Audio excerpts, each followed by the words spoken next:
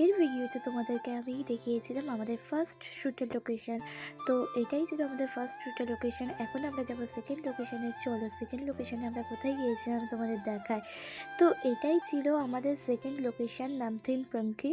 তো প্রথমেই এসে আগে হনুমানজিকে দর্শন করে নিলাম। সকলে একবার কমেন্টে লিখে দিও জয় শ্রীরাম। তো সেকেন্ড লোকেশনের শ্যুটের জন্য আমরা চলে এসেছি, আর এই ফরেস্টটাতে আমাদের শ্যুট হওয়ার কথা ছিল।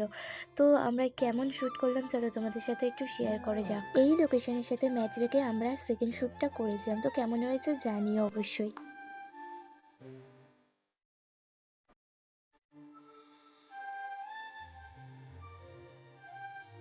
সেকেন্ড লোকেশন শ্যুট করার পর আমরা চলে গিয়েছিলাম সাইট সিন দেখতে।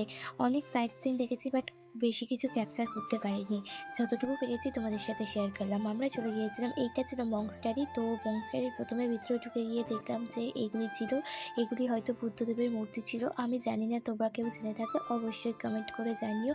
আর তারপরে গিয়েছিলাম টি গার্ডেন দেখতে, কিন্তু এখানে এতটাই কুয়াশা ছিল আর মেঘগুলি এতটাই নিচে নেমে গেছিলো যে প্রচণ্ড ওখানে ঠান্ডা ছিল। তো তাই বেশিক্ষণ ওখানে থাকতে পারিনি, টি গার্ডেনটাও ভালোভাবে দেখতে পারিনি। এত ঠান্ডা ছিল বাইরে যে রিসর্টে ফিরে আসতে আমরা বাধ্য হলাম। তো রিসর্টে ফিরে এসেছি, খাওয়া দাওয়া করে নিয়েছি। এখন আমি ভীষণ টায়ার্ড ছিলাম, তাই মেকআপ না তুলেই আমি শুয়ে পড়েছি। তো আজকের ভিডিওটা এই পর্যন্ত। কেমন লাগলো জানিও, ভালো লাগলে একটা লাইক কমেন্ট ও শেয়ার করে দিও, আমার চ্যানেলটাকে সাবস্ক্রাইব করে দিও। বাই।